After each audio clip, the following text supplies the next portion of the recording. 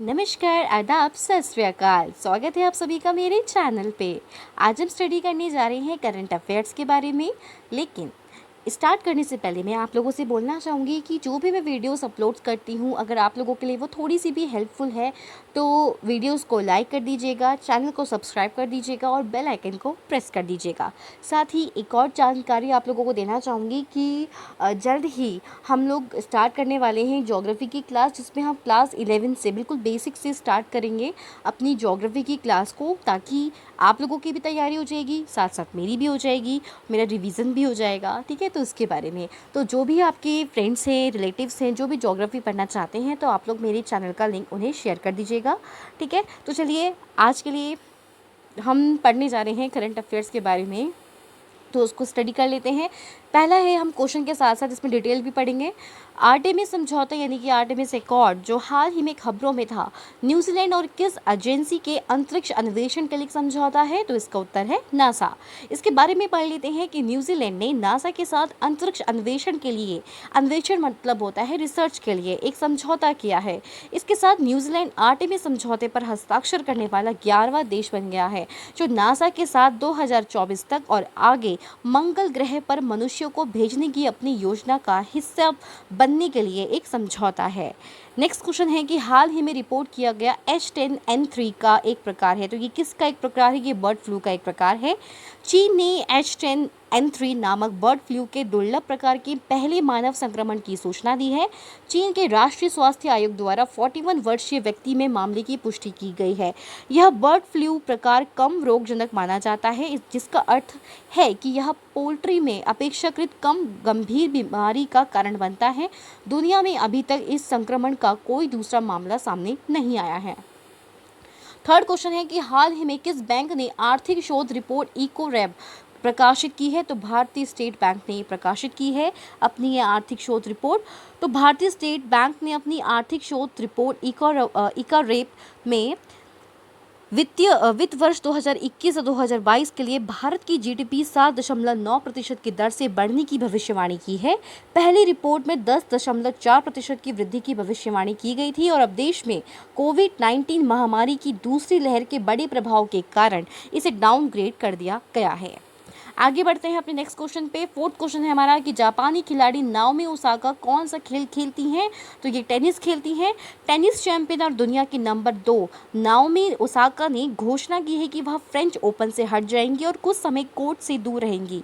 उसने पोस्ट किया कि वह मानसिक स्वास्थ्य कारणों के आधार पर अनिवार्य पोस्ट मैच प्रेस कॉन्फ्रेंस का बहिष्कार करेंगे और इसके बाद आयोजकों ने उन पर जुर्माना लगाया। आगे बढ़ते हैं। हाल ही में 1 जून को मनाए गए विश्व दुग्ध दिवस, आई रिपीट 1 जून को ये विश्व दुग्ध दिवस मनाया गया था। तो इसकी थीम क्या है? देखिए, अब एक तो इम्पोर्टेंट क्वेश्चन ये है कि विश्व दुग्ध दिवस कब मनाते हैं? तो ये 1 जून को मनाते हैं। और जो 2021 में जो ये विश्व दुग्ध दिवस मनाया गया, तो इसकी थीम क्या है?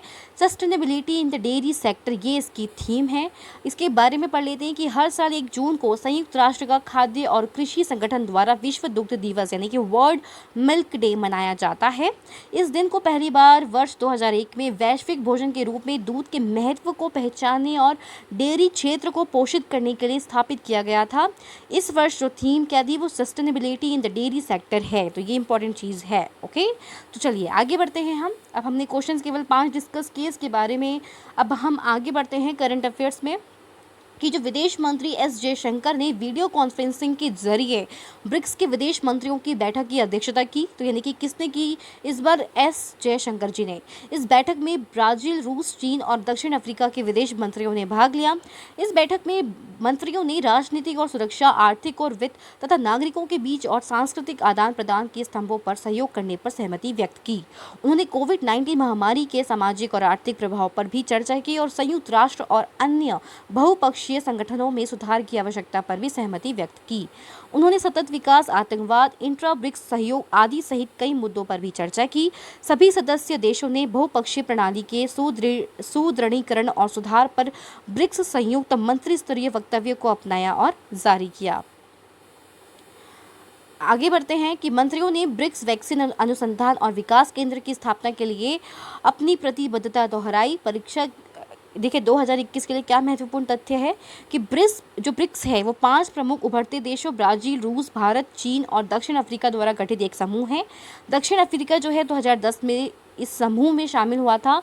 जो भारत है वो 2021 में 13वें ब्रिक्स शिखर सम्मेलन की मेजबानी करेगा। आगे बढ़ते हैं। माइक्रोसॉफ्ट ने शुरू की पहली एशिया प्रशांत साइबर सुरक्षा परिषद। माइक्रोसॉफ्ट के द्वारा पहली एशिया प्रशांत सार्वजनिक क्षेत्र साइबर सुरक्षा कार्यकारी परिषद यानी कि Asia Pacific public sector cyber security executive council शुरू की गई है। इसमें Brunei, Indonesia, Korea, Malaysia, Philippines, Singapore और थाईलैंड के नीति निर्माता और प्रभावशाली लोग शामिल हैं।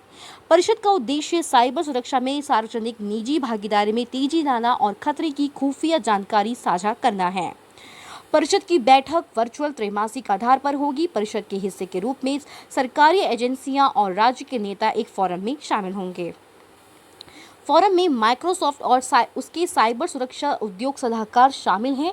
एपिक के मामले में मालवेयर और रैंसमवेयर हमलों के लिए मुठभेड़ दर औसत से अधिक है। एपिक का अर्थ है एशिया प्रशांत, ई से एशिया, पैक्ट मीन्स पैसिफिक। परीक्षा 2021 के लिए क्या महत्वपूर्ण तथ्य है इसमें कि माइक्रोसॉफ्ट की सीईओ कौन है? सत्या नाडेला हैं। माइक्रोसॉफ्ट की जो मुख्यालय है वो रेडमंड, वॉशिंगटन, संयुक्त राज्य में है। आगे बढ़ते हैं। प्रधानमंत्री ने कोविड से अनाथ हुए बच्चों हेतु 10 लाख रुपए फंड की घोषणा की। प्रधानमंत्री मोदी ने कोविड-19 के कारण अपने माता पिता को खोने वाले बच्चों के लिए कल्याणकारी साधनों की घोषणा की है। तो ये इस प्रकार है, क्या है कि बच्चे के नाम पर सावधि जमा, प्रत्येक बच्चे के लिए फंड की कुल राशि 10 लाख रुपए होगी। आयु के अनुसार मासिक वजीफा प्रदान किया जाएगा। शिक्षा की बात करें तो 10 वर्ष से कम आयु के बच्चों को केवी या निजी स्कूल में भर्ती किया जाएगा। 11 से 18 वर्ष के बीच के बच्चों को किसी भी केंद्रीय सरकारी आवासीय विद्यालय में प्रवेश दिया जाएगा और स्वास्थ्य बीमा योजना भी दी जाएगी। आगे बढ़ते हैं। आईबीएफ का नाम बदलकर Indian broadcasting and digital foundation रखा जाएगा।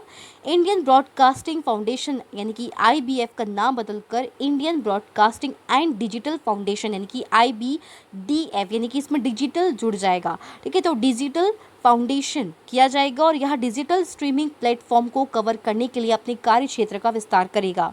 इस कदम से ब्रॉडकास्टर्स और ओवर द टॉप प्लेटफॉर्म इसके दायरे में आ जाएंगे। आईबीडीएफ डिजिटल मीडिया के सभी मामलों के लिए एक नई पूर्ण स्वामित्व वाली सहायक कंपनी बनाने की प्रक्रिया में था। यह एक स्वनियामक संस्था डीएमसीआरसी भी बनाएगा और आईबीएफ की स्थापना जो हुई थी वो 1999 में हुई थी। तो ये आज के लिए हमारा करंट अफेयर्स था। आज के लिए इतना ही, फिर हम मिलते हैं नेक्स्ट वीडियो में एक न्यू टॉपिक के साथ। तब तक के लिए धन्यवाद।